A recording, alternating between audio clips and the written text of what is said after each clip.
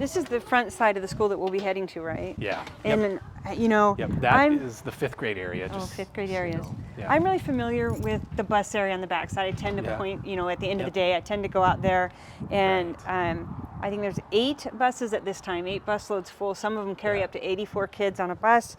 And so a lot of the kids are leaving on the back side of the school, so people might not see the bulk of those kids leaving. Right, because they're coming in out through the back entrances, right? But what is happening here at the end of the school day? So this is where kids who do not ride the bus get picked up. Okay. And so you have, you know, cars that come in through our entrance over on the far end of the parking lot. Right. And then they're funneled through where these cones are, and they are asked to kind of keep going as far as they can to here. Right. But, you know, I don't know if there's a funnel long enough to keep the cars at peak time all the way through. And one of the things I don't like about this setup is the safety that the kids, you know, sometimes have to get in on the other side of the car, you know, or whatever. And we've looked at ways to mitigate that, but even coming the other way, it's a huge challenge then with Farm to Market Road, which is the busiest highway, I think, by a school, you know, you can have. And yeah, so you have kids coming or parents coming to cars that are parked in there, and so, you know, you have a kid here who sees mom pull in there, and so it's extremely important for our parents to be trained and understand that these kids can't be playing in the lot and then dart through, you know, to their mom or dad who's picking them up. Well, we've got cars funneling through here. And you've tried to help that with a staggered start time for middle school and elementary. We can only push that so far. And regardless of what we do for that, the busloads of children are still coming at the same time that need to be helped when they get here and tended to. And I just see that as that continues to grow, I don't know how far we can. Well, and just to point it out too, we took out that parking lot there that staff mainly parked in. Oh, okay. And sometimes parents would pick up there because of the number of students we had coming in the building. And they have to line up. They had to have an area to line up. Correct. And so we had a situation where there were way too many kids coming through the front of the building and that little tiny hallway, which we call the cattle chute. We saw the cattle chute, and then we saw the area that freezes up, right? Yep. And so we had to break that up, you know, for safety reasons.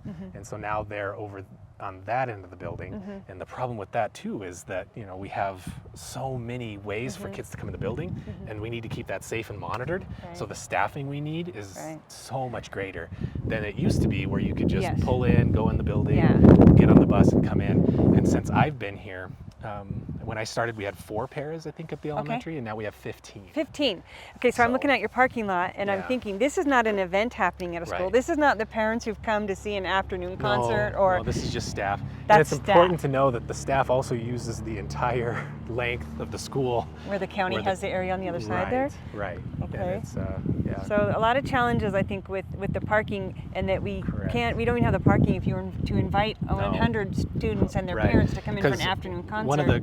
One of the greatest things about West Valley is parent involvement. Yes. And so we think if we have 101 kids, and each kid brings at least mom, dad, you know, a sibling, maybe aunt and uncle. I mean, you're looking here at 1 to 4 ratio, 1 to 5 ratio, and so you're looking at 500 plus people. You're right. There isn't even room in our gym. No, not in the gym or not in the parking. There isn't even room in the parking lot. So if we were on 2 sites, this staff would, the staff, about 1/3 of this, you know, give or take, would be in a different location. And it frees up more parking if we were able to rearrange that area. And you can rearrange where the recycling is. So right now our recycling can't get close enough to the building because we can't secure kids away from it. And so our recycling and garbage is out there on the, some of it's out street side. And so for our recycling program, monitoring that takes more than it would be than if they just had an area that could be closer to the building. Correct.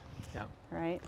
So I guess we can, do you want to head through the front doors, or do you want to head through this way where we have... Let's go through another classroom if you like. Okay, sure, we can. There's plenty of them. Yeah.